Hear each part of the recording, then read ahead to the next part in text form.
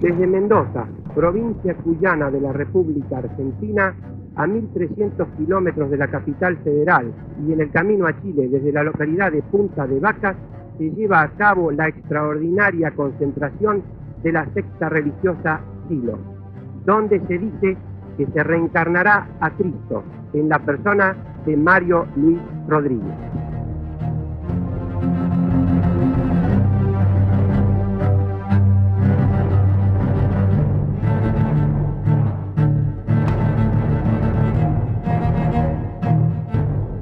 No es la espiritualidad de la superstición, no es la espiritualidad de la intolerancia, no es la espiritualidad del dogma, no es la espiritualidad de la violencia religiosa, es la espiritualidad que ha despertado de su profundo sueño para nutrir nuevamente a los seres humanos en sus mejores aspiraciones.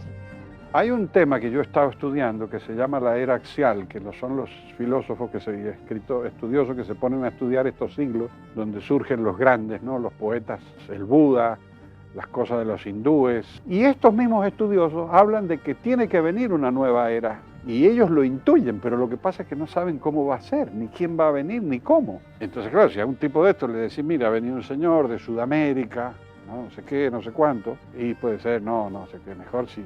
Y es así, viene de un rinconcito del universo donde menos se espera para que sea una cosa nueva, genuina, auténtica y profunda, ¿me entiendes? No pedacitos eclécticos de aquí y de allá.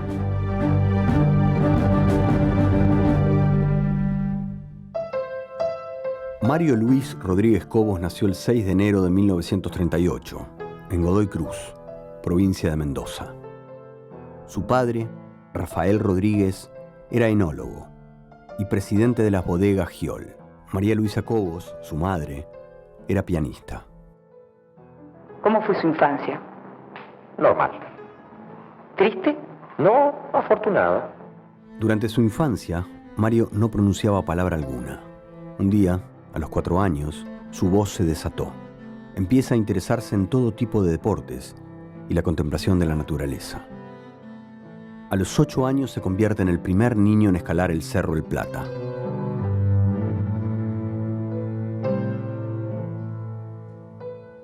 Hizo la secundaria con los hermanos maristas.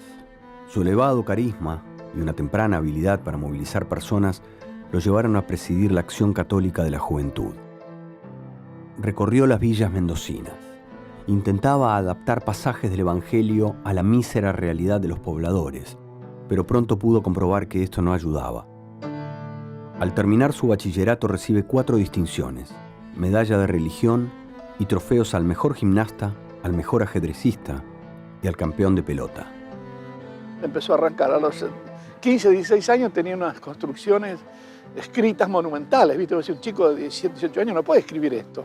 Tiene uno que escribió a los 18 años que se llama Ética Existencial, porque decir, ¿cómo un tipo escribe esto a los 18 años? Bueno, él lo escribía. Por lo largo de sus brazos lo bautizaron Araña. El pie plano lo salvó del servicio militar y lo introdujo en el oficio familiar, la fabricación de licor. Teníamos una alcoholera familiar y demás, pero que hacía sus cositas, vendía farmacias, vendía a distintos lados. Silo, después de tener una educación con los hermanos maristas, decide explorar un poco el terreno universitario. En el terreno de la leyenda se habla de clases magistrales suyas en el aula magna, aparentemente por el despliegue de conocimientos que él llegaba a hacer durante esos momentos. Se habla de profesores sorprendidos también. Así como llega, se va, después de ese periodo, dice algo así como ya di lo que podía dar y bueno, decide seguir su camino hacia otras direcciones. Usted de joven me contaba que empezó a viajar. Yo debo haber tenido 19 años, algo así. Y entonces me largué a lo más inmediato, a lo más contiguo, a Chile. Y de Chile empecé a subir por la puna de Atacama casi y seguí hasta Perú y empecé a tomar camioncitos, ese tipo de cosas y llegué a Colombia, bien. Después me fui a Europa. Me quedé particularmente en Nápoles. Lo que dice nuevamente la leyenda, de alguna manera, es que él permanece 10 días en una escuela mística que se llama Tajagata, en la que se inicia en determinadas cuestiones vinculadas al misticismo no muy especificadas. ¿Usted estuvo en el sur de Italia? Sí, estuve de pasada unos pocos días. Tuve algún contacto con gente ocupada y preocupada por su desarrollo personal. Creo que fue un contacto fecundo, pero no los puedo considerar como maestros y no puedo hablar de que se trate de una institución de la cual dependo ni cosa semejante. El episodio es importante porque es ahí donde él supuestamente recibe el nombre Silo, retomando un capítulo del Génesis, el 49, en el que se dice que en torno a una figura conocida como Silo, con H al final, se congregarán los pueblos. Esta versión está documentada en la revista Así, aparentemente él se lo dijo a ellos en ese momento, versión que con el tiempo fue tratando de diluir un poco, diciendo que más bien a él le decían silo porque se parecía a un silo agrario, porque era alto y alargado. Usted no se llama Silo. No, claro, no. Es un seudónimo, ese fue formando, yo creo, en la época en que hacía gimnasia. ¿Pero de dónde sale? Es por la forma alargada, desgarbada. De los hilos de cerealeros. Claro. Y ese serías vos, ¿no? Claro, especie de personaje que podría salir volando. Por ejemplo. Podría. ¿Y le gustó esto a usted del Silo? Sí.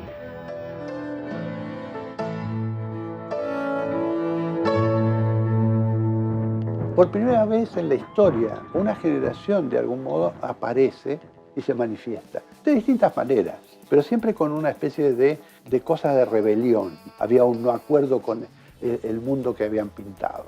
Una década en donde la juventud explotó de pronto en distintas partes del mundo. En ese momento no podemos hablar de siloísmo, ni siquiera tenía nombre de movimiento. Se llamaba La Cosa. En 1962, Silo empieza a formar grupos de estudio en Mendoza. Eran grupos que estudiaban qué pasaba con uno, qué pasaba con el medio inmediato, qué pasaba con la situación mundial. Nos abocábamos a eso, pero cuando hablo de grupos hablo de, qué sé yo, de 7 personas que se reúnen en un garaje. Era lo que hacíamos. Él empieza en un país periférico, e incluso en una ciudad periférica, porque no es en la capital de Argentina. Empieza él personalmente a interesar a gente en el asunto. Uno advertía inmediatamente que estaba frente a alguien distinto, distinto en su modo, en su estilo incluso, en su estilo personal. Luego eso se empezó a organizar y tener un poquito de estructuración, de organización. Y surgió Cronos. ¿Cuáles son los objetivos de su prédica? La pacificación, la no violencia, el amor, la paz y la explicación de las posibilidades del despertar. Los objetivos que planteó Silo fueron siempre los mismos y se mantuvieron hasta hoy, que es la transformación simultánea del individuo y de la sociedad. Esos conceptos en los 60 eran un tanto abstractos. Los conceptos de simultaneidad, los conceptos incluso de fracaso. Digamos, salir de las ilusiones provisorias, de los sentidos provisorios. Ese es el sentido que el negro da al fracaso. El fracaso de esas ilusiones vanas. ¿Cuál es su máxima aspiración, Silo? La realización interior, pero ¿de quién? Suya, por supuesto, pero esto ya es tan usada esta frase que ya ha perdido todo sentido, ¿no es cierto? A mayor trabajo interno, mayor exigencia a el trabajo en el mundo. O sea, que lo nuestro vaya hacia el mundo, que lo nuestro siempre termine en otros. Era persona a persona la comunicación con la gente. Se trabajaba de modo muy vistoso, llamando la atención para que se notaran. Uno iba, por ejemplo, iba a difundir, conversaba con la gente, pero uno podía entrar a un bar y hablar con la gente y empezar a explicarle qué era esto, el siloísmo. Y le preguntábamos si estaba conforme con su vida, qué pensaba sobre el sentido de la vida, si había encontrado el sentido de su vida. Bueno, en fin, preguntas que tenían que ver con los temas que nosotros estábamos tratando sobre todo, porque en la primera etapa se hizo mucho hincapié en la transformación del ser humano. Por eso se trataba de simplemente sumar, hacer un evento con miles de personas y al otro día se fueran a su casa, sino que eso tuviera proceso. Y trabajábamos básicamente reuniones, retiros de 1 mes o de 2 meses y retiros de 5, 6, 7 meses. Los retiros que hace Silo por el interior van ganando adeptos y también van ganando repercusión, un poco por lo poco que llegaba a saberse del perfil de esos retiros, que muchas veces incluían exigencias físicas y psíquicas fuertes para quienes participaban de ellos y chocantes para quienes los miraban desde afuera. Y luego viene el retiro largo de Jujuy, ¿cierto? Y ahí se está en total 9 meses.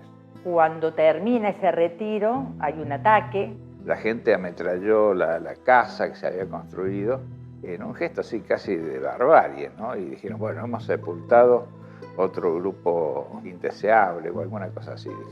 En aquella época ese grupo juvenil comenzó a hacer sus estudios y al poco tiempo ya se encontró confrontando con el poder establecido. Un tema recurrente en la historia nuestra ha sido lo que podríamos decir las acusaciones. De todos se nos ha acusado. ¿Qué haces ahí? ¿Que estás metido? ¿No te metas? ¿Me entiendes?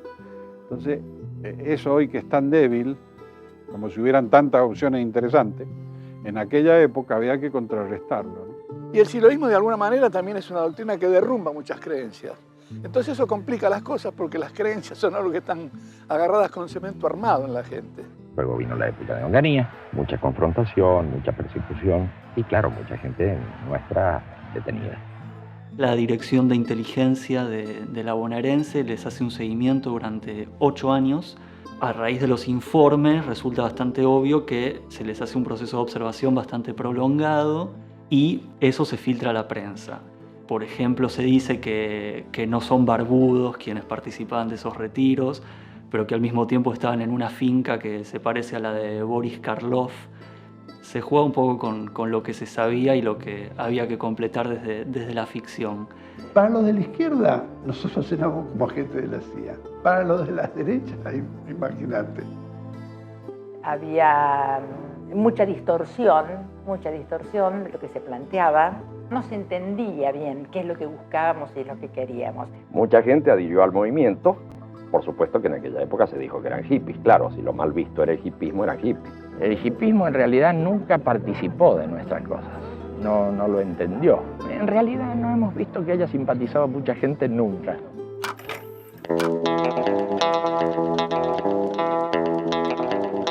En el 68, ya veo que en la Politécnica de Roma, en la Universidad del Cairo, finalmente en París, y no al comienzo, ahí veo explotar esa dialéctica generacional que simplemente había visto en pequeños círculos y todo aquello ahora tomaba un carácter psicosocial.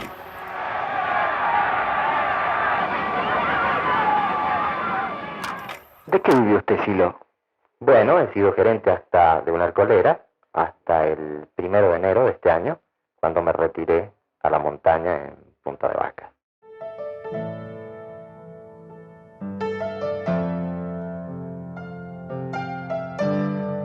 El 1 de enero de 1969, Silo dejó la vida cómoda de ciudad para iniciar su peregrinación a la montaña. Quería meditar sobre el destino de su creación. En la ladera de una vertiente construye una ermita de piedras de 3x3, con techo bajo, una cama, 2 cajones y una lámpara de querosén. Pero al retirarse, el objetivo era llevar a una cantidad de gente a comprender y a seguir su manera de pensar. De ninguna manera. Al retirarme trataba de poner las cosas en orden. Él quería imprimirle un fuerte carácter de experiencia interna a todo lo que estaba preparando y presentando. Él necesitaba también un hito biográfico porque él se desarrolla en la ciudad, en la facultad, ¿me entiendes? En lugares cotidianos. Entonces él tiene que dar un corte y decir, no, esto es de otro plano. Prueba de ello es que es ahí donde él hace los bocetos de la mirada interna, que va a ser a la larga el libro fundamental, el escrito fundamental. La mirada interna para mí es la mejor pregunta que uno puede hacerse. ¿Quién mira al que mira? Lo que va a encontrar es ese sí mismo, esa cosa más profunda, no el yo, sino algo más allá del yo. Aquí se cuenta cómo al sinsentido de la vida se lo convierte en sentido y plenitud. Aquí se habla de la revelación interior a la que llega todo aquel que cuidadosamente medita en humilde búsqueda. Ahí se manifiesta otro tipo de realidad. Y uno cree que la realidad es esto y a veces uno intuye, hay tiene sus intuiciones de que hay otro tipo de realidad. Y cuando viene el 69, ahí esto sale al mundo. Cuando un montón de gente amiga se acerca a uno a decirle, ¿por qué no hablas para nosotros? Creo que por razones de buena educación debe hablarse para aquellos que piden. ¿Usted lo hizo por educación? Bueno, en gran medida, como ahora lo hago para usted. Nos envía un telegrama y dice, los espero para conversar de la posibilidad de hacer un acto público. A partir de ese momento nos damos funciones, nos organizamos, unos se encargan de unas cosas, otros de otras. Trabajamos en la difusión. Entonces pintamos consignas en torno a Silo. Silo es bueno, Silo es Cristo, ponían otros. Silo el Mesías, Silo es bueno, Silo es malo. Alrededor de ese eje se hizo una difusión muy novedosa. En muchas paredes de Buenos Aires leemos siga Silo, vea Silo, lea Silo. Ahora estamos con Silo. Silo, ¿por qué la gente debe seguirlo? Al contrario, no debe seguirme. Yo creo que hay una equivocada propaganda en ese sentido, ya que en toda ocasión hablo de que no hay maestro en estas cuestiones más que uno mismo y para uno mismo. La charla que dio en los Andes, Silo, en mayo de 1969, tuvo una característica muy peculiar, primero porque él no decidió dar esa charla en la montaña. A él lo llevaron, lo obligaron porque le prohibieron dar esa charla en la ciudad. Por lo tanto, la persecución policial de aquella época transformó un hecho que hubiera podido ser absolutamente irrelevante en un hecho histórico. Consultamos al gobierno. No podríamos hacer un acto público, pero ¿cómo se le ocurre? Retírense de acá. Bueno. Era la dictadura de Onganía. Estaban prohibidas las manifestaciones. Claro, claro. A lo mejor podemos reunirnos en la montaña, en un lugar donde los amigos van a comer asados, donde... Ah, si quieren hablar ahí, háblenle a las piedras, dije. Ah, bueno. Y eso hicimos. Le hablamos a las piedras. Y ahí empezó la fiesta. Y por eso hoy hay algunos que dicen, cuando vaya a Punta de Vaca hay que escuchar a las piedras, que me ha parecido sorprendente. No vaya a ser que te digan algo.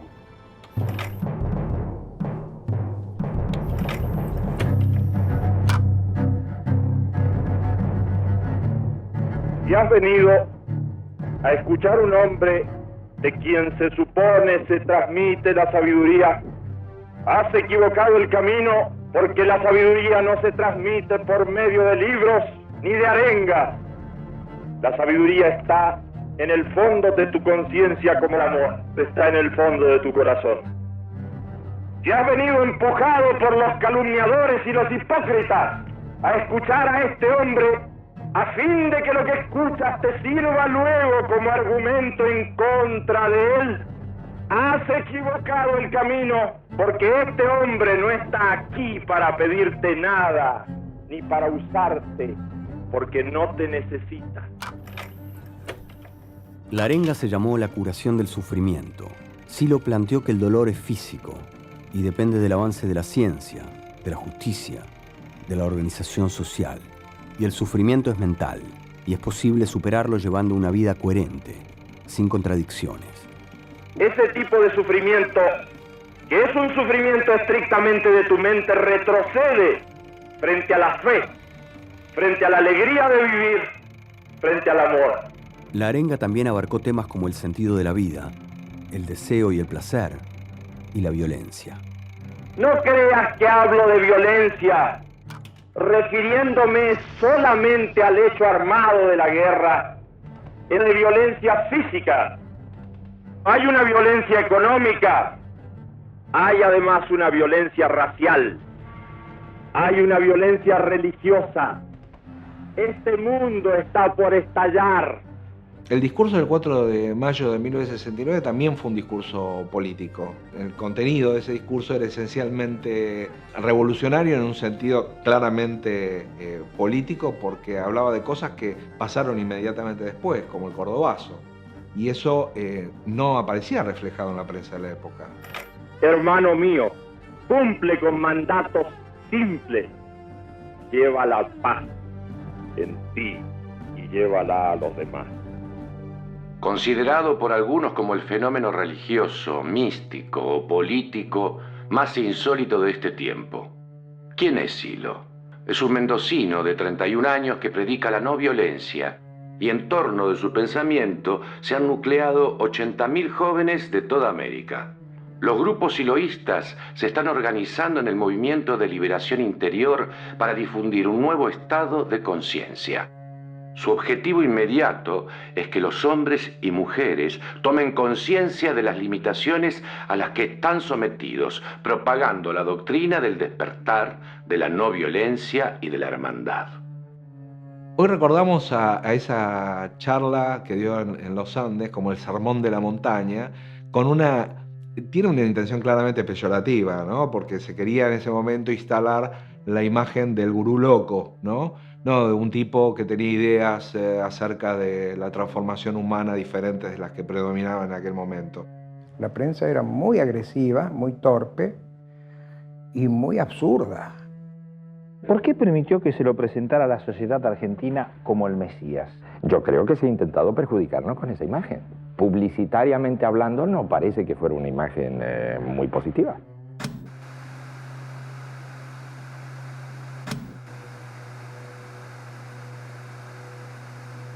Silo intenta hacer una arenga en una propiedad privada a 20 kilómetros de San Salvador de Jujuy, un lugar conocido como Yala, pero la policía impide el acto.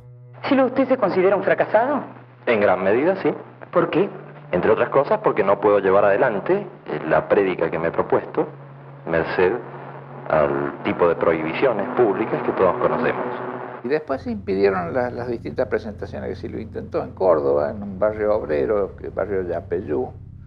Tampoco se pudo hacer. Ibas al lugar y te encontrabas con que estaba la policía ya ocupando. Silo, ¿usted ha venido a Buenos Aires exactamente con qué objetivo? Bueno, he venido invitado por mis amigos para hablar el 31 de octubre a las 19 en Plaza 11. Pienso que este va a ser el último intento. Fuimos a Plaza 11 en Buenos Aires, la misma historia. Y ahí tuvimos que correr porque vino la policía y fue una cosa grosera como siempre. En 1969, en Jujuy, en Córdoba y en Buenos Aires, hubo gases y detenidos, pero no conferencia. Esa ha sido una constante de las presentaciones públicas de Silo. Represión o intento de ocultamiento, o ambas circunstancias. Un oficial de policía hace su aparición en la puerta donde Silo dictó su conferencia de prensa. ¿Me permite por qué la actuación policial oficial? Bueno, por la explosión que se escuchó, nada más. ¿Nada más que por eso? Nada más. Como era un movimiento inclasificable, tanto la derecha como la izquierda lo consideraban un enemigo potencial. ¿Por qué? No sabían de qué se trataba. Entonces la ignorancia, hija directa del prejuicio, hizo posible que se unieran desde la Unidad Popular de Chile a la derecha más reaccionaria en contra de esta misma agrupación que estaba formada por centenares de personas. Eran los momentos iniciales, ¿no?, del movimiento en Chile. Las ideas de él, incluso hoy, cuestionan fuertemente el sistema, los valores del sistema en realidad. ¿Su relación con la Santa Iglesia Católica cómo es? No es buena. Mi punto de vista es que siempre la Iglesia Católica ha estado detrás, criticando a los militares. No, este señor no nos conviene, esta prédica no nos viene bien. ¿Qué decían de ustedes? Y nosotros seríamos una secta para ellos, una secta satánica o cosa por el estilo. Satánica, está jodido. Claro, satánica. Me parece, por las cosas que he leído de él, sobre él, que he podido escuchar, poco comprensible para nuestra mentalidad, quizás vinculado al pensamiento esotérico, de las sectas esotéricas, gnósticas. ¿Es usted sectario? ¿Ha sido sectario? Yo recuerdo que Silo se presentó en un principio como una reencarnación de Jesucristo, como el Salvador. Parecía que formaba usted parte, era la cabeza visible de una secta religiosa. ¿Usted considera o lo ve como una secta el siloísmo? Yo creo que sí. Dios es algo no seguro. Mucho menos seguro es todavía que alguien utilice a los dioses para imponer cosas. Siempre ha sido no violento, toda su propuesta ha sido no violenta. Nosotros hemos sido no violentos en una época muy turbulenta acá en Argentina.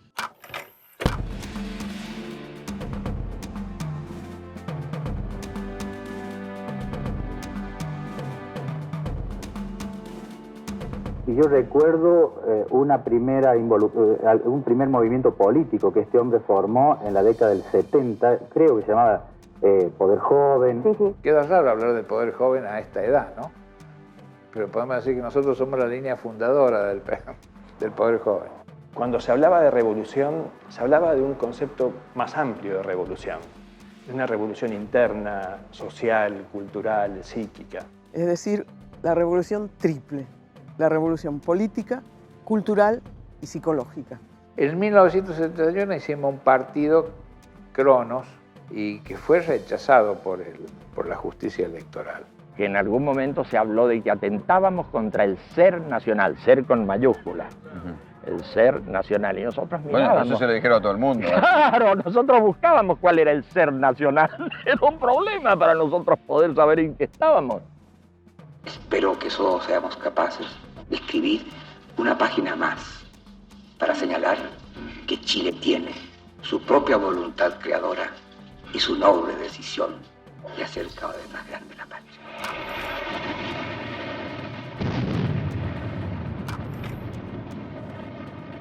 En Chile, por ejemplo, hicieron sus verdaderos campos de concentración y metieron gente nuestra en Pisagua, en el norte de Chile. A mí me metieron preso 17 veces. ¿Iba preso por qué? Y por desorden público. Ajá. Bueno, a principios de los 70 la organización entra más allá de las persecuciones que se venían haciendo o de los seguimientos que se venían haciendo, entra ya en una lista negra de lo que es el tercer peronismo, en particular la mirada de López Rega, que los indica como una organización prohibida. Cuando López Rega tenía en sus manos prácticamente la suma del poder, en una reunión con 500 amigos, en la Casa Suiza fuimos 500 detenidos, lo cual es un escándalo. ¿En qué cabeza puede caber que en medio de una conferencia aparezcan unos tíos llenos de ametralladoras y metan a 500 presos por estar en la conferencia? Así que la cosa es complicada, como lo ven ellos, o como lo vieron ellos. En esas épocas, a ver qué época era, 1975, ametrallaron a 2 de los nuestros en plena vía pública, en la calle, a la luz del día. Un joven de 25 años que en ese momento rendía su última materia de Derecho, y otro más de 27, pues así, simplemente, pues fueron barridos. Así que cárceles, persecuciones. Es una larga historia de persecución, pero fea.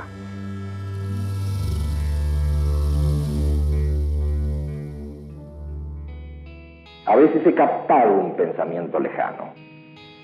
A veces he descrito lugares que nunca visité. A veces he contado con exactitud lo sucedido en mi ausencia. A veces una alegría inmensa me ha sobrecogido. A veces una comprensión total me ha invadido. A veces una comunión perfecta con todo me ha extasiado. A veces he roto mis ensueños y he visto la realidad de un modo nuevo. A veces he reconocido como visto nuevamente algo que veía por primera vez. Ya nos habíamos metido en las montañas, habíamos ido a la selva, entonces ahora buscamos un lugar llano, plano, el centro del país, en Córdoba, donde instalamos un centro de trabajo.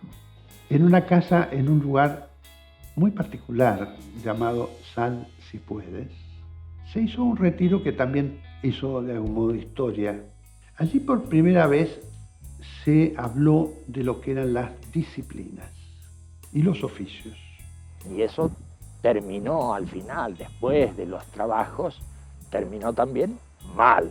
Por el contexto social, cada vez que llegaba una camada nueva y salía la anterior, nos metían presos. Esto pasaba cada 15 días. Y ya ahí en febrero hubo un problema.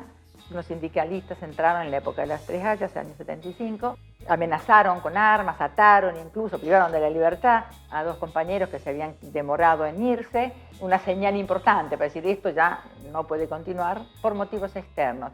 El negro dijo, bueno, comienza la etapa de normalizar la vigilia. Ya no quedaba mucho lugar a dónde ir. Podíamos haber ido al sur, al Polo Sur. Y nos fuimos de acá y caímos en el mar Egeo. Y ahí instalamos en Corfú otro centro de trabajo. En ese centro de trabajo pudimos trabajar sin ningún tipo de problema. Además, estábamos ya cerca de nuestros amigos de Europa. Corfú fue el primer gran encuentro internacional. Fue ahí que para mí se abrió como un nuevo horizonte en lo interno y en lo externo.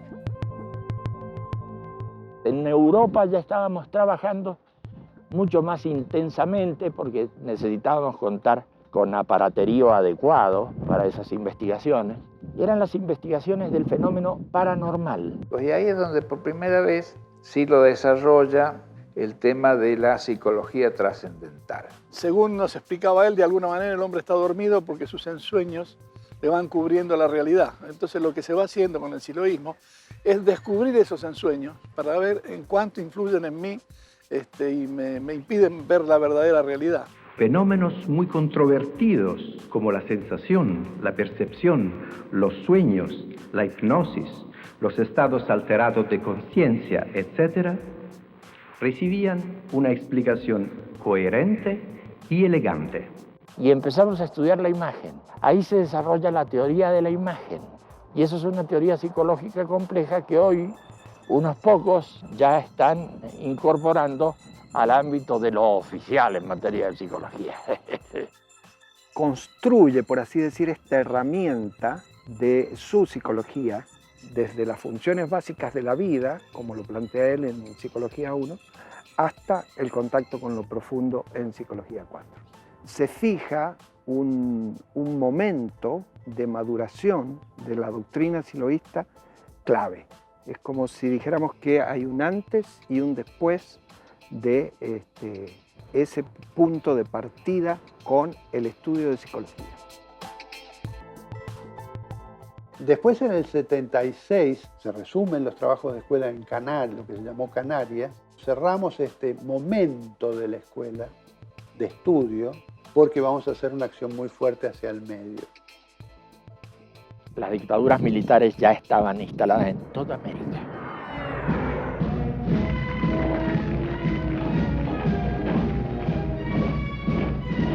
Desafortunadamente fue montado este pensamiento en la dispersión de la gente que tuvo que irse a otros países. Yo creo que la dictadura nuevamente nos ayudó mucho, en el sentido de que mucha gente tuvo que irse. Y en Europa, a diferencia de otros exiliados, esta gente empezó a conectar y a difundir sus ideas con la gente del lugar. Algunas calles de algunas ciudades tenían una inscripción que era Silo. Así es. Silo. Así es. Pintadas. Sí, sí, sí. Llego a Francia, Silo, una inscripción. Este es el Silo argentino, no puede ser Silo argentino. En Londres, ¿qué hace Silo acá? Esta inscripción la ha hecho algún argentino que pasó acá. Llego a Italia, Roma, para hacerla breve. Una gran inscripción, Silo. Tanto ha crecido esta secta. No todos los pensadores y filósofos tienen lo que se dice seguidores. Yo pensaba que era una secta, ¿sabes? Cuando era chica. Yo creo que tanto yo como mis amigos lo tomábamos como una especie de nombre de batalla. Sabíamos que molestaba bastante. Hubo un gran trabajo de formación de gente. Teníamos nuestros primeros cuadros, que tampoco eran numerosos. Y en ese momento el movimiento ya se había expandido. Surge la necesidad de crear una expresión social y cultural que plasmara en una organización el planteo del siloísmo. Para la década de los años 70, comienza a articularse la Organización de la Comunidad para el Desarrollo Humano. Se trata de una agrupación social y cultural que con el correr de los años sería reconocida por Naciones Unidas. Es a partir de la Comunidad para el Desarrollo Humano, ese organismo cuyo logo podía verse como un triángulo inscrito en un círculo, que empieza a desarrollarse un numeroso conjunto de clubes culturales, organizaciones sociales barriales y agrupaciones de base. Hacia aquel entonces, nuestra doctrina, nuestra organización tenía un cierto grado de desarrollo que le permitía ya difundir nuestro mensaje, aspirar a multiplicar nuestro mensaje de una manera más importante.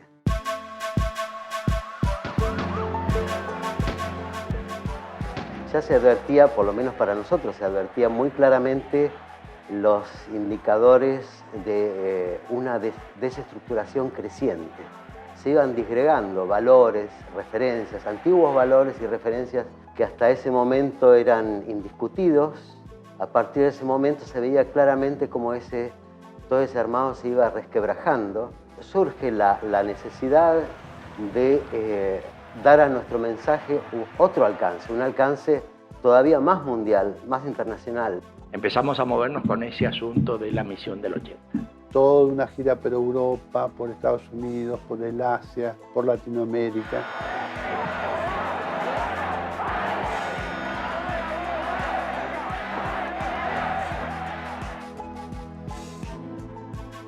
El primer acto fue en Madrid, en el pabellón de deportes del Real Madrid. Ahora con todos nosotros, Silo.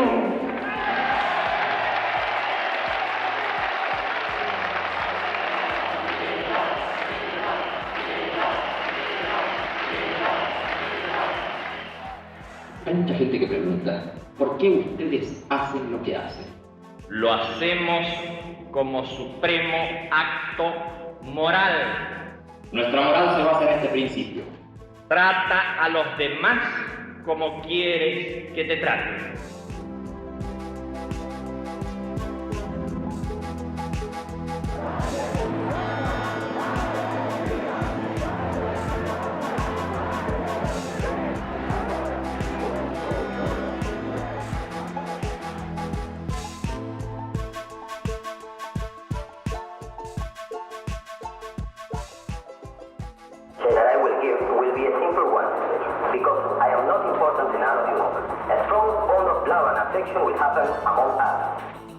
Éramos un pequeño equipo de personas que trabajamos durante unos 8 o 10 meses, utilizando todos los recursos posibles de difusión y con un objetivo que para nosotros parecía inalcanzable: reunir 10.000 personas para escuchar a Silo, para el habla Silo.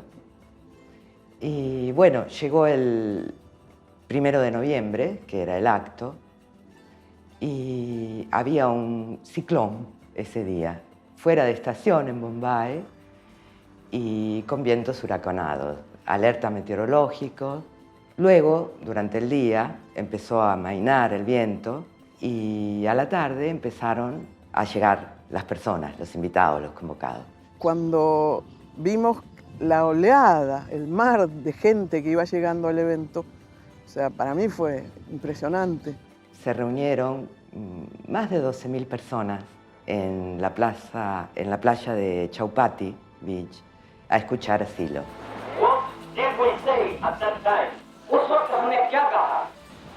Dijimos, sin fe interna, sin fe uno mismo el temor.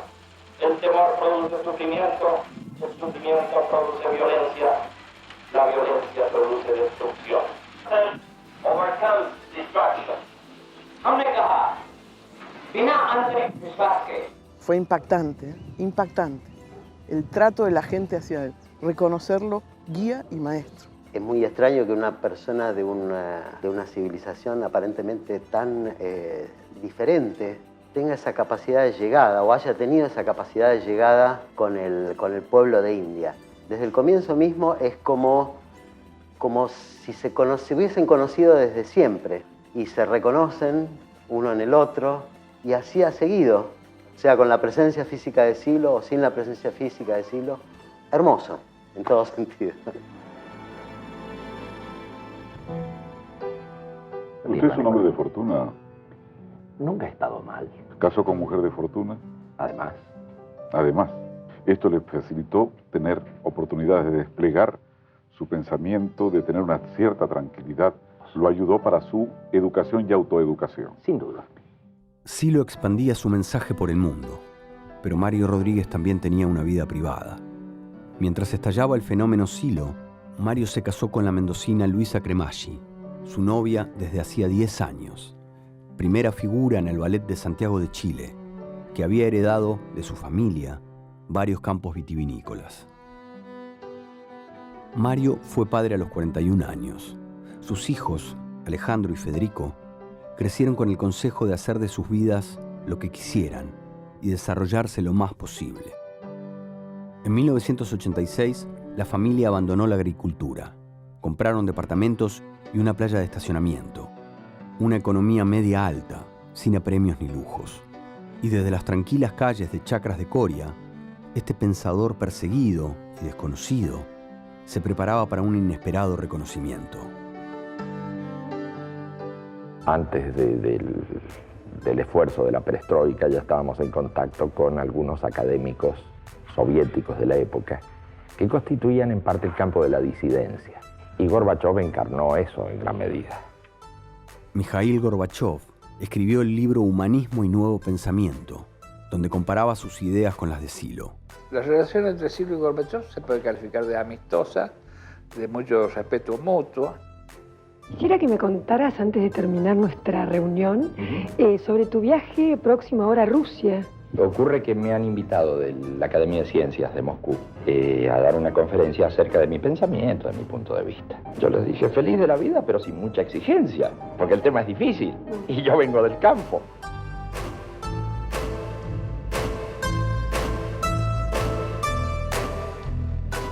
Марио Родригес приехал к нам в гости. Ну, может быть, наши установки какие-то носят идеалистический немного характер.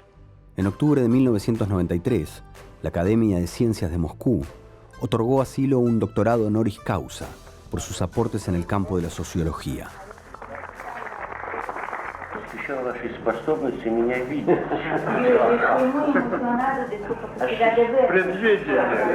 Mucha gente dirá que es humanista, porque la palabra humanismo puede resultar decorativa.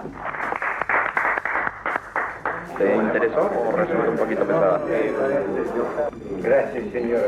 Gracias. Hay que acostumbrarse. Tuviera un doctorado honoris causa. Y no solo eso, sino que hay gente que tiene ganas de plantear la posibilidad de que seas un premio Nobel de la Paz. Nosotros aspiramos a una nación humana universal, posible únicamente si existe la diversidad. El influjo político de Silo también llegó a África. El presidente de Zambia, Kenneth Kaunda, se declaraba humanista pero no permitía la celebración de elecciones libres. Al poco tiempo de reunirse con Silo, se abrió al juego democrático. Luego mantuvo un fluido contacto con la causa. ¿Qué diría usted que es más importante, la libertad o la igualdad? La libertad, sin duda. ¿Y la moral? Porque en cuanto a la igualdad tengo mis serias dudas. Yo creo en la confluencia, en la convergencia de las diversidades. ¿Cuál es el límite de la libertad? La libertad del otro. En 1983, Silo creó una estructura con delegados de grupo y de equipo, coordinadores locales y generales. El sistema se mantuvo por 26 años y, como sucedía en los años 60, amigos y familiares temían por la salud mental de los nuevos incorporados. Se amontonan las acusaciones. Si yo les digo que se llama Mario Rodríguez Cobo, seguramente la mayoría de ustedes no lo conoce. Si yo les digo que se llama Silo, ahí algunos puede ser que lo empiecen a recordar. Es un hombre de bajo perfil, pero que tiene 1 millón de seguidores en todo el mundo. Es de Mendoza. Silo. El comportamiento del líder, la forma de manejo de ese grupo de manera verticalista. Hay cientos de denuncias, tenés foros. Y es raro, es difícil imaginar que haya cientos de personas queriendo denunciar algo que no existe. Bien, en los 90 lo que se ve es la aparición de algunos testimonios, la mayoría anónimos, unos pocos con nombre, en los cuales ex militantes del movimiento lo denuncian por tener un perfil sectario. Entonces se fue también construyendo la imagen de Silo como un líder sectario, cosa que él creo que en algún punto lo preocupó, pero nunca fue el eje de sus apariciones en los medios, el hecho de tratar de desmentir eso. ¿Por qué entonces les quedó tanto esa cosa de que que fueron una secta, que... Yo creo que por los medios de difusión. Bueno, ya cobramos de vuelta. Me parece. Porque efectivamente no y cuando hay juicios ni condenas en su contra, no hay... Y cuando los medios de difusión no se lanzaron frontalmente en contra nuestro, manipularon la información de tal manera que quedaba una atmósfera sospechosa. Yo recomendaría la lectura de mis materiales, no por publicidad, sino para poder discutir. Ya no agreden físicamente, pero tienen su gente. Prohíben nuestros libros, no quieren que se lean nuestros libros. El que no se sepa. Es una consigna, como si tuvieran una consigna. Que no se sepa. Y eso explica. Y si se sabe, que se sepa deformado. Que se sepa deformado, exactamente. Nosotros somos una voz que habla en el desierto. Es la gente la que llega a nosotros. Él habla mucho de espiritualidad y es una persona que lo que ha buscado siempre es el poder. Él ve como una especie de conspiración del mundo contra él. Hacemos algunas cosas que empiezan a sonarle a esa gente a manipulación. Cuidado con ese tema, porque la manipulación, que es lo que ocurre en el sistema, no puede ser trabajada por nosotros. También había un fenómeno real que tenía que ver con que era un tipo que tenía su magnetismo y generaba su atracción, y había gente que quería estar cerca del líder y no necesariamente pasaba por una cooptación forzada, sino por un deseo de estar cerca de un tipo que atraía masivamente a muchas personas. Contento con el cariño y el fervor que Sí, le da toda la gente mucho, que viene a saludar. mucho, demasiado, porque uno no sabe qué hacer, dónde meter la mano. Es fantástico. Algo que veía que sí, que por ahí cuando aparecía el negro así, se daba una cosa de fanatismo por ahí de mucha gente. Creo que también por esa necesidad, ¿no? Y de encontrar algo, una respuesta. Es un ser humano que brindó esa posibilidad y estaba en un contexto también, creo yo, y que tuvo esa profundidad y esa certeza para compartirlo. ¿No? Y tenemos una calidad humana mucho más elevada de lo que pensábamos. Y todos miramos al costado y decimos, pero con eso... Y sí. Sí, mire la cara de los otros y vea que no es que ahí hay cosas, ahí hay profundidad también. No, con esos tampoco. ¿Y entonces con quién? Con los que se parecen a ti. Te diré cuál es el sentido de tu vida aquí. Humanizar la tierra. ¿Qué es humanizar la tierra? Es superar el dolor y el sufrimiento. Es aprender sin límite. Es amar la realidad que construyes. Es un hombre común que se puede trasladar en la relación con cualquiera de nosotros y está a nuestro nivel, pero él ha hecho una obra monumental. Luego otra cosa que él siempre está intentando hacer es que es su aporte genuino, sin copiarle una coma a nadie.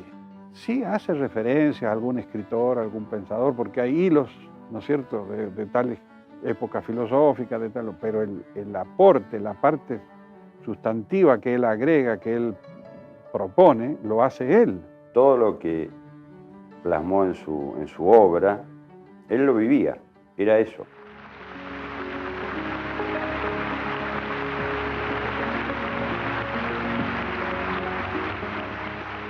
No es solamente una doctrina intelectual en donde uno entiende por qué lee, sino que es una forma de vivir y de hacer, en donde uno no solamente lee eso, sino que va aplicándolo a sí mismo y van comprendiendo una nueva forma de vivir. Hay una diferencia muy grande entre la percepción interna del siloísmo y la percepción externa. O sea, la gente que sabe poco del movimiento no entiende muy bien cuál fue la obra del siloísmo. En cambio, es algo indiscutible para quienes tuvieron algo que ver con el movimiento, participaron o siguen participando. O sea, hay como un abismo entre la percepción interior y la percepción exterior. Él estuvo solo siguiendo un interés de que esto le llegue a la gente. Esto que él hizo es para los demás, para que los demás se encuentren con una producción, ¿cierto?, y que les sea útil. Sí lo hizo para mí como una gran síntesis de muchos pensamientos y experiencias. Y lo mejor es que hay muchos puntos de vista acerca de lo mismo y siempre cada vez que lo lees te cambia. Es como decir, bueno, esto yo lo leí antes, pero ahora estoy leyendo otra cosa, ¿no? Porque habla sobre experiencia, muchas cosas. Por lo general, lo mejor es saber estar abierto para experimentar lo que dice, experimentar con el otro. Usted contó una fórmula muy fácil para definir. Sí. Yo soy escritor, y es cierto, muestra el libro es eso. Sí, claro. Pero bueno, pero también hay que ver qué escribe uno. Yo no tengo ningún miedo en decir que mis escritos son ideológicos. Hoy está muy mal vista la palabra ideología. Esperé encontrar algo realmente fuerte, radical, que tuviese realmente esos elementos aterradores que se suponían. Y me he encontrado con algo bastante más convencional y hasta fome, diría yo, de lo que esperaba. Seguro. No vi ninguna cosa que pudiéramos calificar de extraordinaria en términos de hacer un llamamiento a algo insólito. Me pareció que había una multitud de pequeñas ideas o medianas ideas, y muchas de ellas bastante convencionales. ¿Cuál es la esencia, si es que la hay, de su pensamiento y en virtud del cual tanta gente lo sigue, lo congrega, lo escucha, lo lee, etcétera? Podría decirle que como idea ética principal está aquello de trata a los demás como quieres que te traten y todo va a marchar mejor. Eso parece que se ha dicho antes. Sí, 2000 años antes de Cristo ya empezó a decirse, sin duda. Es muy llamativo que prácticamente no haya ningún tipo de estudio académico, ni hecho por historiadores, antropólogos, sociólogos, acerca de la relevancia de este movimiento y lo que significó en la historia, por lo menos, de las ideas y de los movimientos sociales de los 70. Yo creo que si hay 2 o 3 estudios realizados sobre esto, que es un fenómeno súper interesante, estoy exagerando. Bueno, no es habitual que alguien que reflexiona desde Mendoza logre 1 millón de personas que compartan su pensamiento en el mundo. Digo, no hay otro caso en Argentina. No creo que haya una cosa así. Si no eres indiferente al dolor, Научись относиться к другим так, leer anderen te behandelen op de wijze ciò che pensi deve coincidere con ciò che senti. If you are indifferent towards the pain and suffering of others, Sans pas poser quelques questions. a lidské společnosti. sont remerciés en ton intérieur. Está con nosotros el señor Mario Rodríguez Cobos. Un hombre sin lugar a dudas polémico y que no nos deja en claro muchas cosas. ¿Le molesta o lo gratifica o no lo quiere, a lo mejor por usted mismo, porque le parece demasiado que le digan que es el fundador del movimiento humanista, como se conoce? No, para nada, me parece... ¿Esto es correcto también? Es correcto. Es un reconocimiento de un hecho que a mí y a mis amigos nos parece de cierta importancia. Nada se puede hacer con las acciones que terminan en uno si no terminan en otro. El humanismo tiene muchas formas de expresión. Los partidos políticos humanistas es una.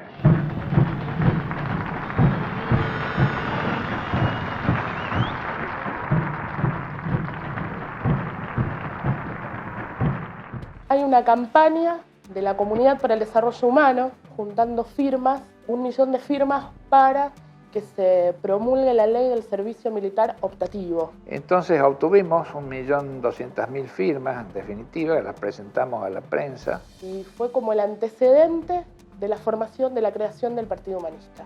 Recién ingresábamos a la democracia y sentían como que justo cuando se había logrado la democracia, habíamos superado el golpe, salíamos con un partido diciendo la democracia empieza ahora. Con lo cual queríamos llamar la atención de que democracia no eran solamente las elecciones, sino la actividad del pueblo organizado para conseguir objetivos.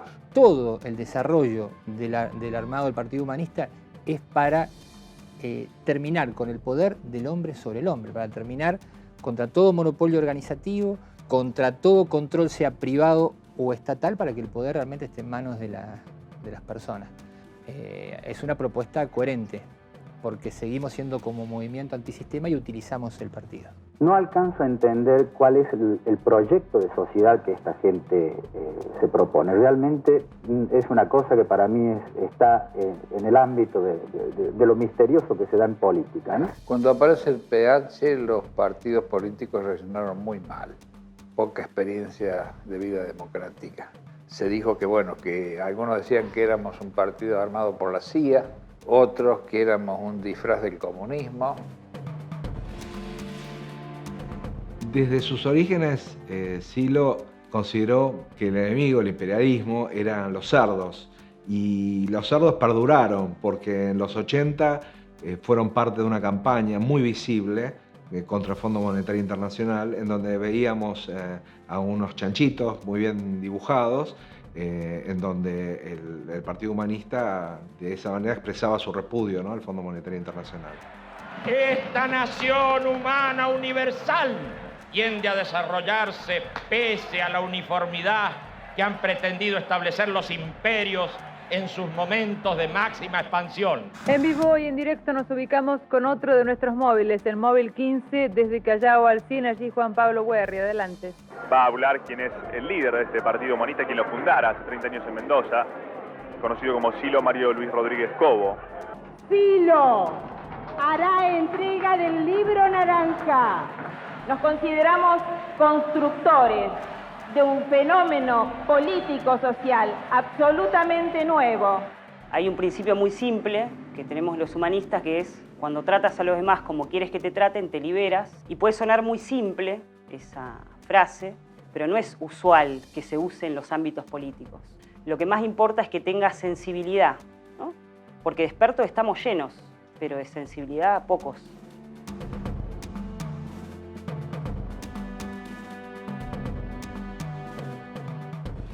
¿Usted tiene aspiraciones políticas por lo que veo en su discurso? No tengo aspiraciones, pero sí preocupaciones. Silo no percibió nunca ningún tipo de referencia política hacia el medio. ¿Usted quiere ser presidente de la Nación? No, de ninguna manera. Diputado, senador. Ni desde lejos político. Yo voy a ser candidato si no soy político. Pero lo que sí me pareció bien es que la gente se expresara políticamente. ¿Cómo van a dejar que esto quede en manos de los irresponsables que conocemos en todas partes del mundo? Para nosotros se trata simplemente de prácticas imperialistas de dominación y de tales casos los pretextos son de cualquier tipo. Tomemos, por ejemplo, el bloqueo económico criminal impuesto a Cuba desde hace varias décadas. Vamos a Callao, al fin de esta capital móvil 15, Juan Pablo Guerri. Escuchamos la palabra de Silo. Cierra el acto de este partido en la sede nacional, hoy refundada por los integrantes de dicho partido. Se ha perdido la primera virtud del ser humano, la compasión con el otro ser humano. En los términos ideológicos tradicionales, este es un hombre de izquierda. Sí. ¿Elimina los bancos? No, utiliza los bancos para que presten sin usura. La gente está en un estado de indefensión muy grande, escucha una sola campana, con pequeñas variaciones, pero dentro de la misma corriente. Cosas que tenían alguna vigencia hasta hace un tiempo, como la solidaridad, han desaparecido. Acentuado por el tema de la competencia rabiosa, acentuado por el tema de la desconfianza mutua. Usted dice la democracia formal se ha desestabilizado, no sirve, se terminó la democracia de la representatividad y usted propone la democracia real. Algo básico de las propuestas humanistas también es avanzar con el tema de la democracia real y directa, donde la gente misma decida sobre las cuestiones sociales y no el grupito de iluminados que está en el Palacio Legislativo, en el Congreso. Hay muchas reivindicaciones o propuestas que el partido lanzó hace muchos años que hoy se han recogido. Por ejemplo, el tema de la democracia formal, que hoy recogieron los movimientos en Europa, en España. La están llevando adelante algunos otros movimientos sociales o algunos otros partidos sin que se sepa muy bien cuál es el origen, que fuimos nosotros. Y no es por una cuestión de derecho de autor o de propiedad o de crédito sobre esa política, sino porque en el partido en todo el mundo hay gente que viene luchando por eso durante muchos años. Y eso creo que es una cosa importante.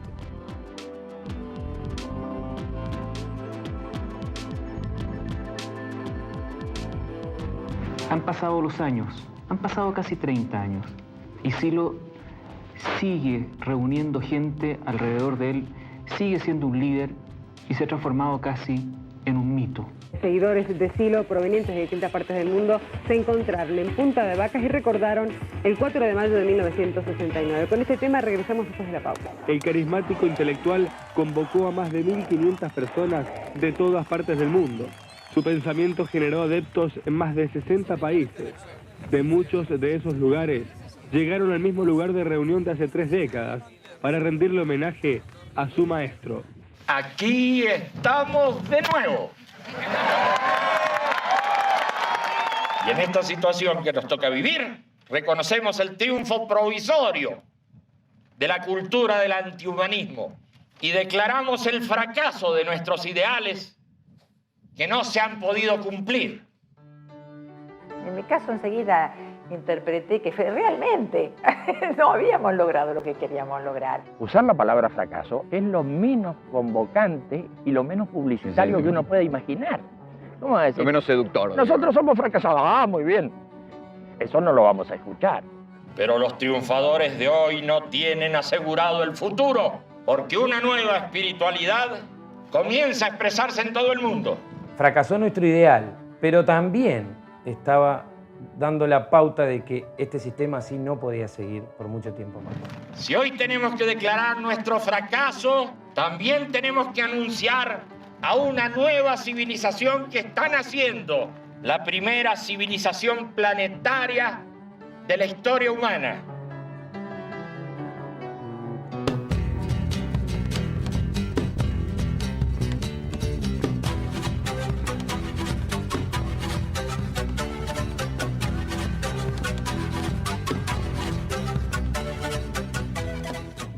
Hemos fracasado, pero insistimos.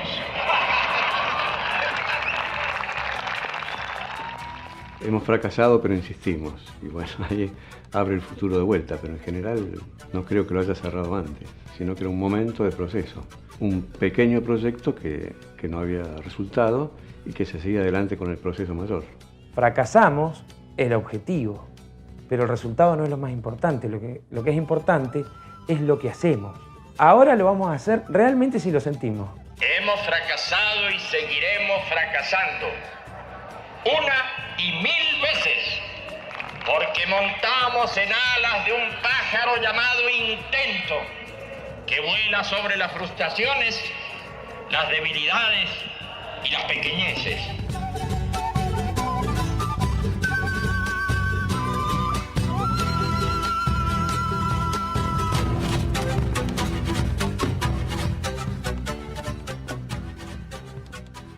Los días 3, 4 y 5 de mayo, miles de peregrinos de todo el mundo participaron junto a Silo de las primeras jornadas de elevación espiritual realizadas en el Parque Punta de Vacas a los pies del Monte Aconcagua.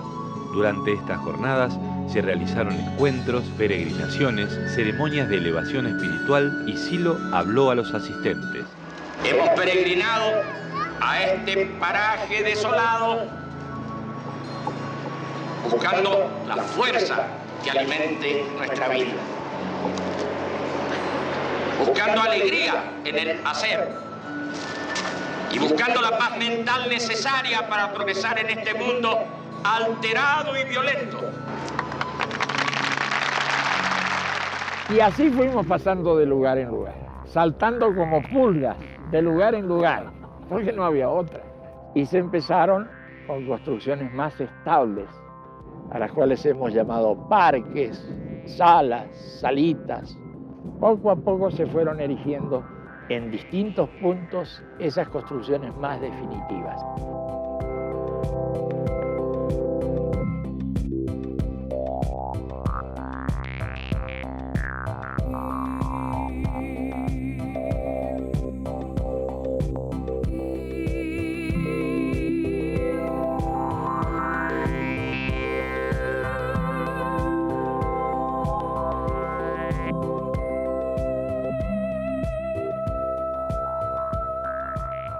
En cada uno de los parques existe un portal. La idea es que al pasar ese portal uno se conecte consigo mismo, con lo más profundo y encuentre como otra experiencia o pueda enfrentarse a todas esas cosas de las cuales huimos cotidianamente porque no queremos verlas.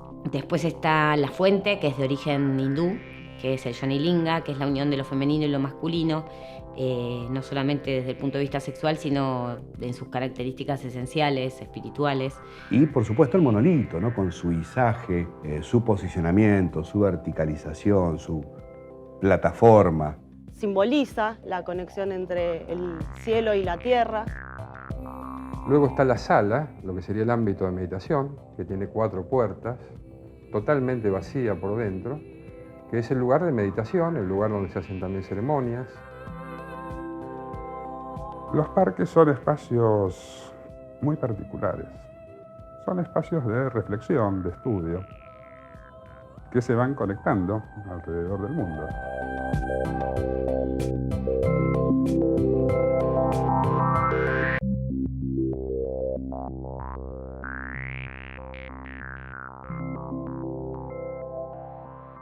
Los parques del movimiento humanista son una buena oportunidad y un buen lugar para saber qué es del movimiento y qué es del siloísmo hoy.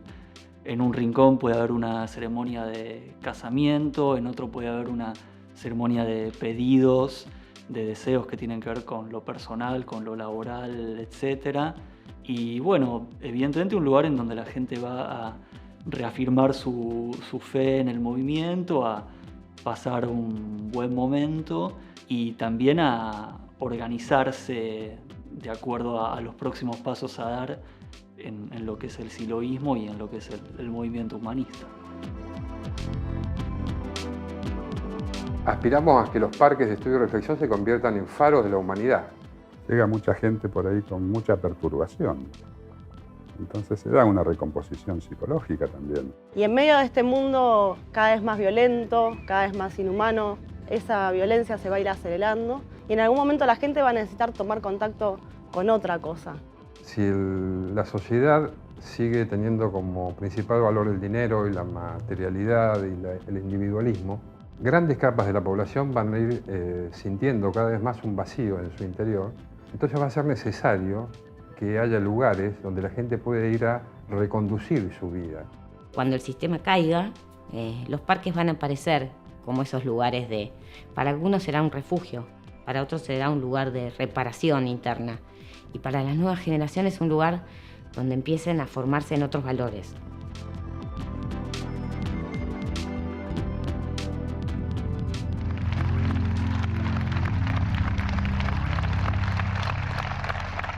Es la fe en nuestro destino. Es la fe en la justicia de nuestra acción. Es la fe en nosotros mismos. Es la fe en el ser humano, la fuerza que anima nuestro vuelo. Porque no es el fin de la historia, ni el fin de las ideas, ni el fin del hombre. Porque no es tampoco el triunfo definitivo de la maldad y la manipulación. Por eso es que podemos intentar siempre cambiar las cosas y cambiarnos a nosotros mismos. Silo delegó el liderazgo del movimiento en una asamblea mundial y lanzó el mensaje de Silo, donde reflexiona sobre las grandes preguntas. ¿Quién soy? ¿Qué quiero? ¿A dónde voy? Desde mi punto de vista personal, poner en marcha este mensaje es en realidad retribuir a la gente, retribuirle todas las cosas buenas que la gente me ha dado, que la gente me ha hecho llegar. El mensaje surge en un momento de cerrazón del futuro, en un momento de desesperanza, de violencia, y él lanza este mensaje que es místico, fundamentalmente místico, porque según decía, en los momentos más cruciales de la humanidad, el ser humano empieza a dejar de lado ciertas cosas, ciertos valores, ciertas creencias que se caen, y empieza a mirarse a sí mismo hacia adentro. Y el mensaje surge en ese contexto.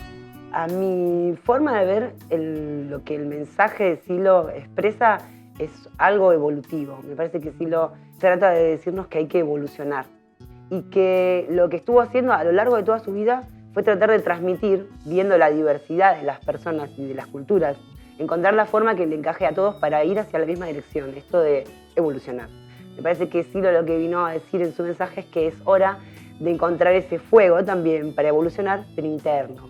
Silo es un hombre de mucha actividad social, de mucha comunicación, de mucho escrito, ¿viste? Pero su pilar, su esencia es, como yo lo podríamos decir a lo Shakespeare, tener o no tener experiencias internas. No tiene experiencia interna, no se entiende un pito. No puedes comunicar con facilidad el mensaje, porque el mensaje es, sobre todo, experiencia.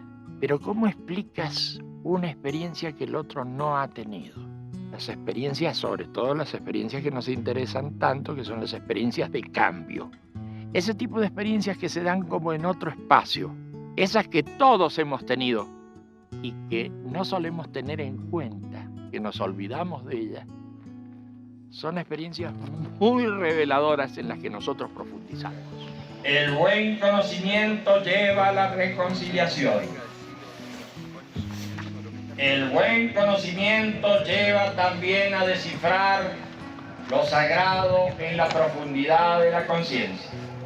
Consideramos al ser humano con máximo valor por encima del dinero, del Estado, de la religión, de los modelos y de los sistemas sociales.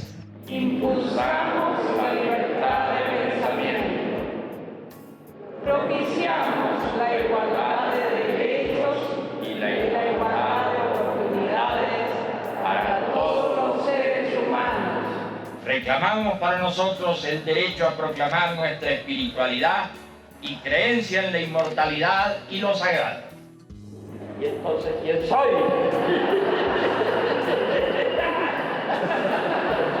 Mejor no puede ser. Yo soy, claro, como una piedra, como algo fijo. No.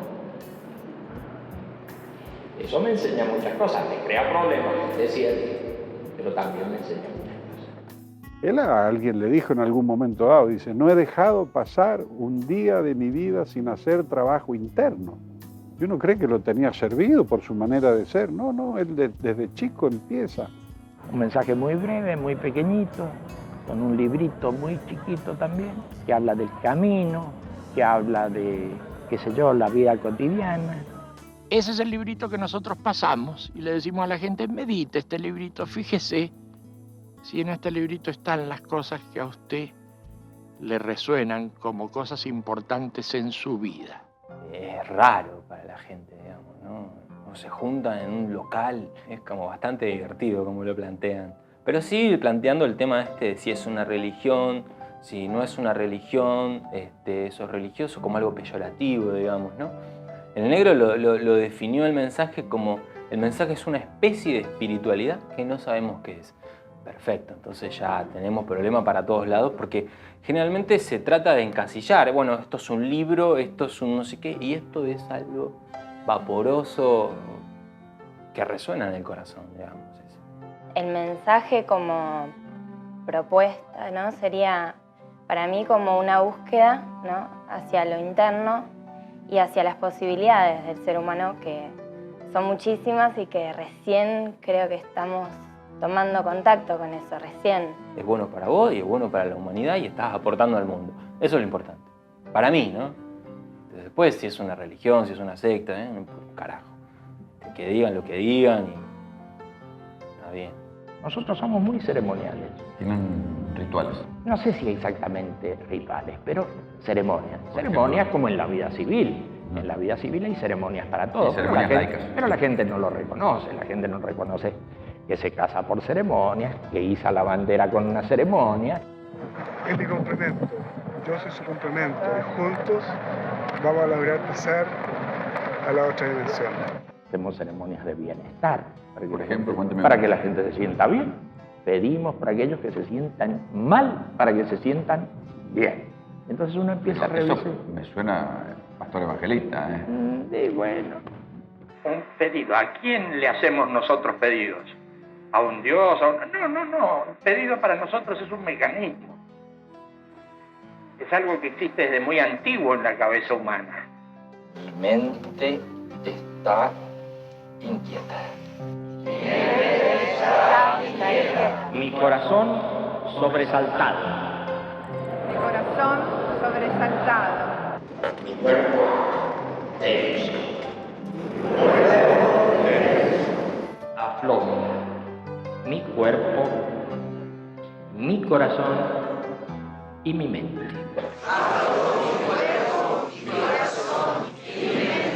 Concentremos la mente en lo que necesitamos que se cumpla realmente.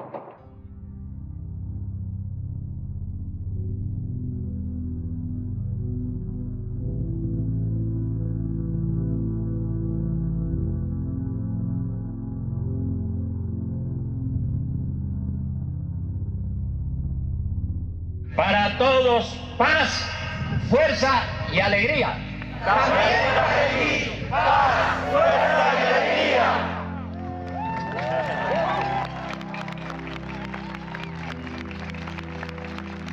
Estamos listos.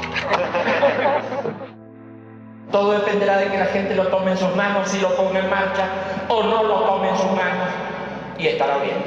La comunidad del mensaje de Silo es un grupo de personas que se reúnen semanalmente para hacer alguna de las ceremonias que están en el libro del mensaje de Silo.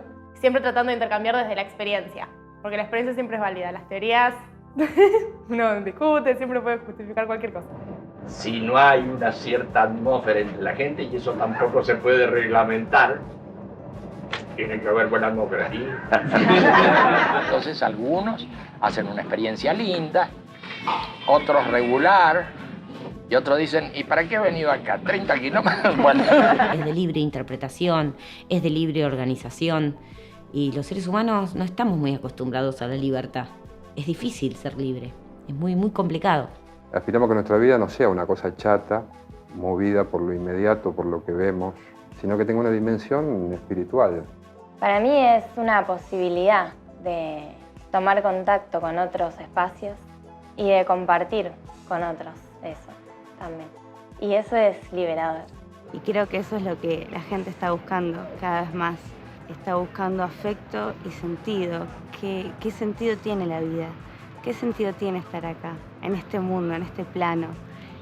¿Qué pasa después de morirnos? ¿Qué pasa con la muerte? Así que para mí el mensaje es eso y no podría hacerlo sola. Yo siento que es en conjunto. Siento que es con otros amigos, con otros hermanos de camino, que codo a codo vamos sintiendo esa necesidad de profundizar. Es como un... y así, ¿no? Así que eso para mí es el mensaje.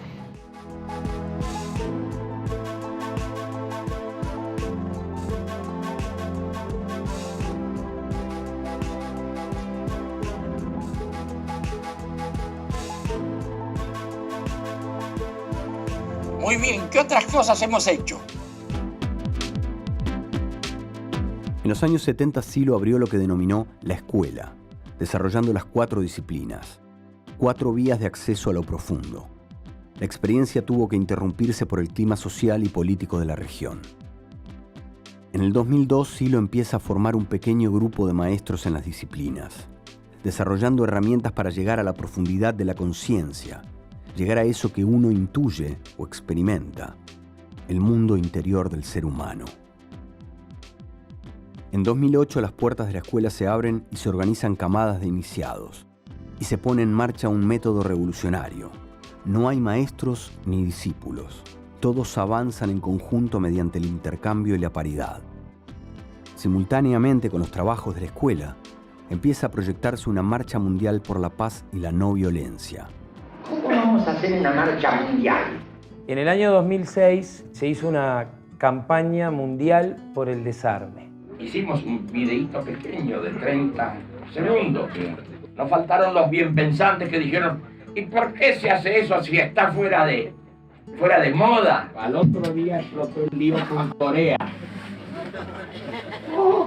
Luego está la iniciativa del 2009, que es la Marcha Mundial por la Paz y la No Violencia. Bueno, pero ¿para qué vamos a hablar de eso si no podemos hacer nada? No podemos hacer nada, sí podemos hacer, porque vamos creando conciencia, que era uno de los objetivos de esta marcha. La marcha arrancó en Nueva Zelanda el 2 de octubre de 2009. El recorrido incluyó más de 60 países y cubrió una distancia de 100.000 kilómetros. Durante la realización de la Marcha Mundial, Silo fue invitado para brindar una conferencia ante los Premios Nobel de la Paz en Berlín. I would like to welcome Mr. Mario Luis Rodríguez Cobos, Mr. Silo. Una marcha recorre el mundo. Es la marcha por la paz y la no violencia. Lo urgente es crear conciencia de la paz. Desde luego aspiramos a que esta nueva sensibilidad pueda instalarse y conmover las estructuras sociales, abriendo el camino para la futura nación humana universal.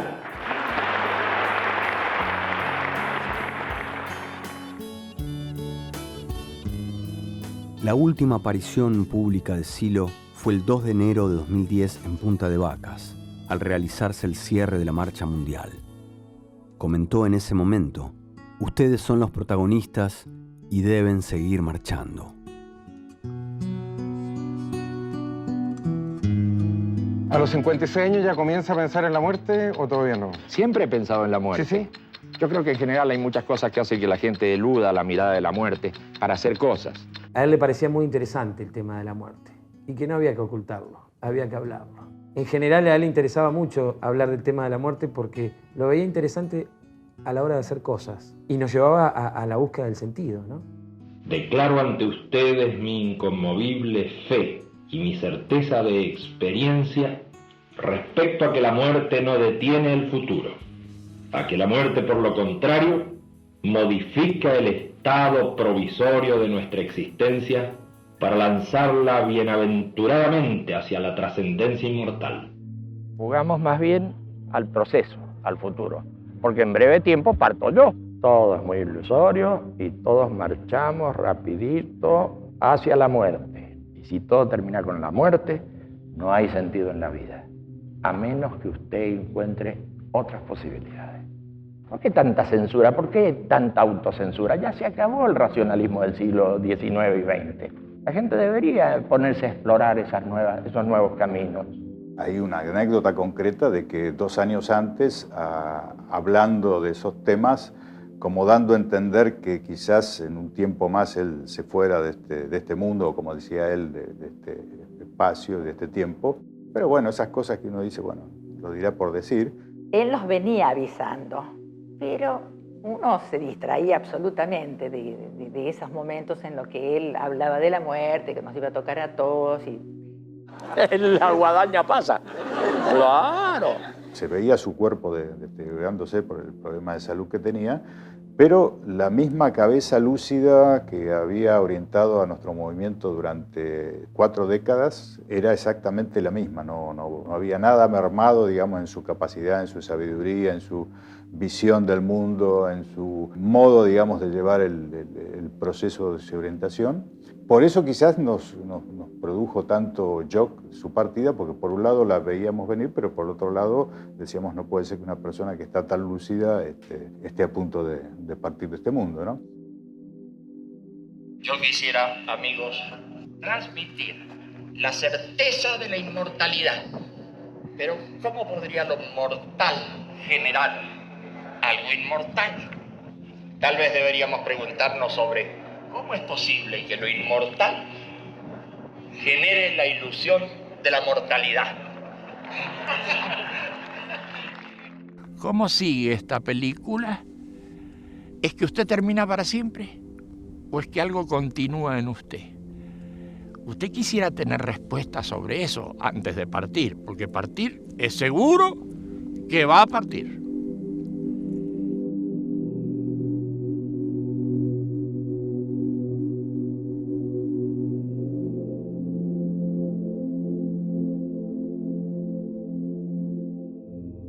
Esta mañana falleció Silo, el reconocido pensador y líder espiritual argentino, fundador del movimiento humanista.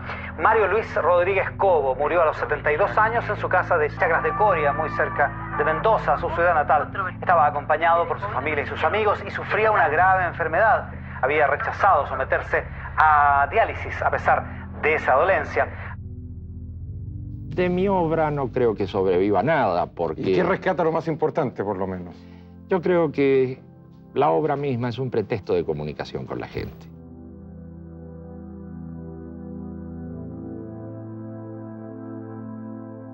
Me acordé del himno de la alegría y me acordé de todo lo que Silo ha hablado, ha escrito sobre el tema de la muerte. Y yo definiría al 16 de septiembre, si tuvieras la posibilidad, lo definiría como el Día Mundial de la Inmortalidad. Claramente tenía certeza de que continuábamos.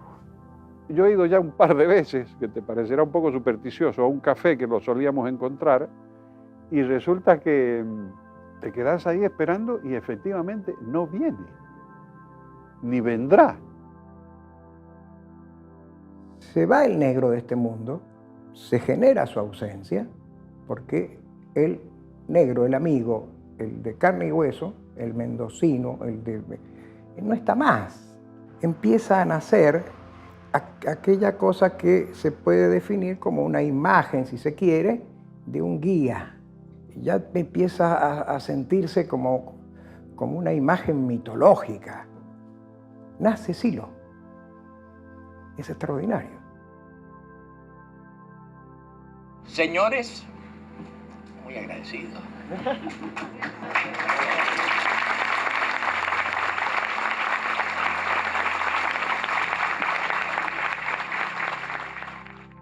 Me cuesta pensar a Silo como alguien que haya dejado muchas cosas al azar, incluso las cosas que parecen dejadas al azar o impensadas, él las pensó bastante bien. Para mí el legado de Silo es un camino, una forma de vivir, de ver las cosas, de sentirnos a nosotros mismos y sentir a los demás desde algo más humano y no desde el sinsentido de la vida cotidiana, chata y aburrida. Nos ha dejado una profundidad en donde cada día uno va releyendo, va estudiando, va practicando y se va dando cuenta de que es una dimensión infinita de experiencia. Él me mostró el camino, cómo recorrer del sufrimiento a ser libre y feliz. No digo que soy 100% libre y feliz, pero que estoy en un 80%, por ahí, por ahí. Hay una frase que se ha repetido muchas veces y que es muy simple y que dice gracias, Silo. Un sentido de agradecimiento. Y es que se da gracias. Yo puedo hablar por mí y por algunos que conozco. Pero acá hay todo un legado de ideas que no son pocas y muy importantes. Así que obviamente, gracias, muchas gracias, Silo. Y así fue como llegamos al momento actual. No hemos llegado al momento futuro todavía, pero vamos a llegar.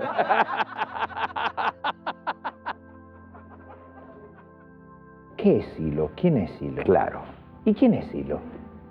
Bueno, yo creo que es una persona bastante tranquila, muy de provincia y con algunas preocupaciones y también con algunas aficiones, ¿no es cierto? Yo me definiría como alguien que no tiene las cosas muy claras, frente a la claridad que todos tienen. Todos ustedes tienen mucha claridad, todos ustedes son una maravilla y uno es un infeliz que no sabe ni dónde está parado.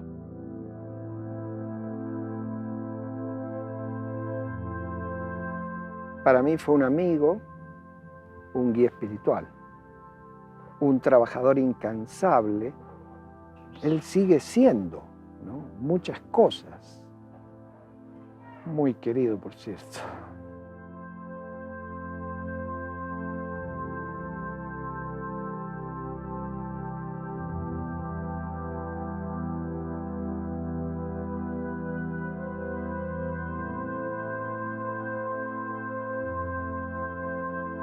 Última pregunta, ¿qué le gustaría que figurara en su epitafio? Fue una buena persona, pero un mal escritor.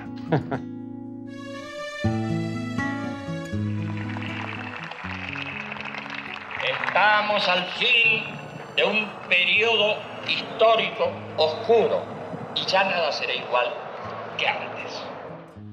Parece que todo se cayera. Se caen instituciones, se caen formas políticas. Seguramente está muy bien que se caiga, pero en las personas no, está surgiendo un nuevo sentido, una cosa muy importante. Están aspirando a otro tipo de mundo. Vamos bastante bien y nada de apocalipsis. Eso no es así.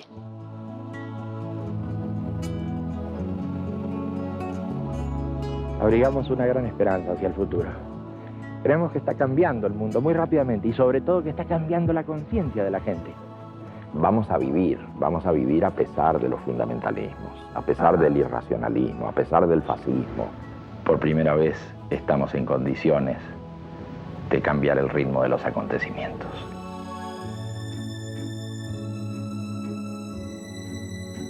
Hay síntomas de nuevos tiempos, no solo los desbordes, es un aspecto, hay otras cosas. Hay un nuevo horizonte. Claramente se está perfilando un nuevo horizonte. Queremos llamarle un horizonte de poesía en la práctica, bueno, como quieras. Pero se está abriendo otra frontera mental, sin ninguna duda. Estamos en otro mundo, como dicen los españoles, hostia.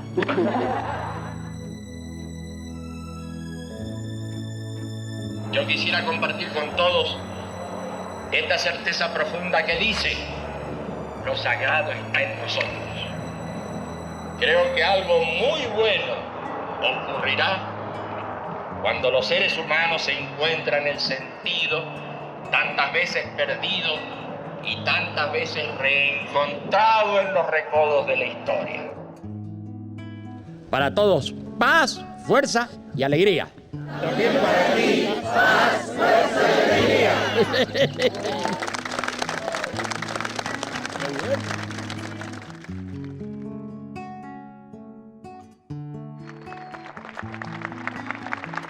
Este es el intento que vale la pena vivir, porque es la continuación de las mejores aspiraciones de la gente buena que nos ha precedido.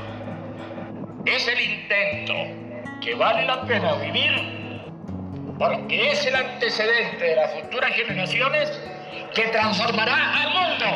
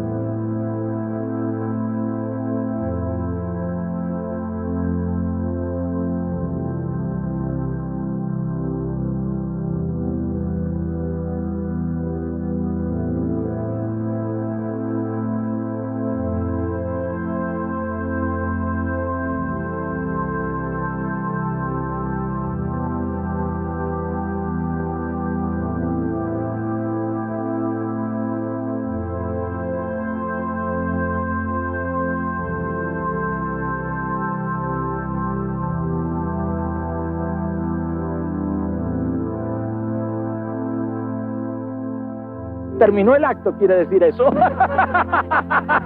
Muchas gracias a ustedes, muchas gracias, muy amable.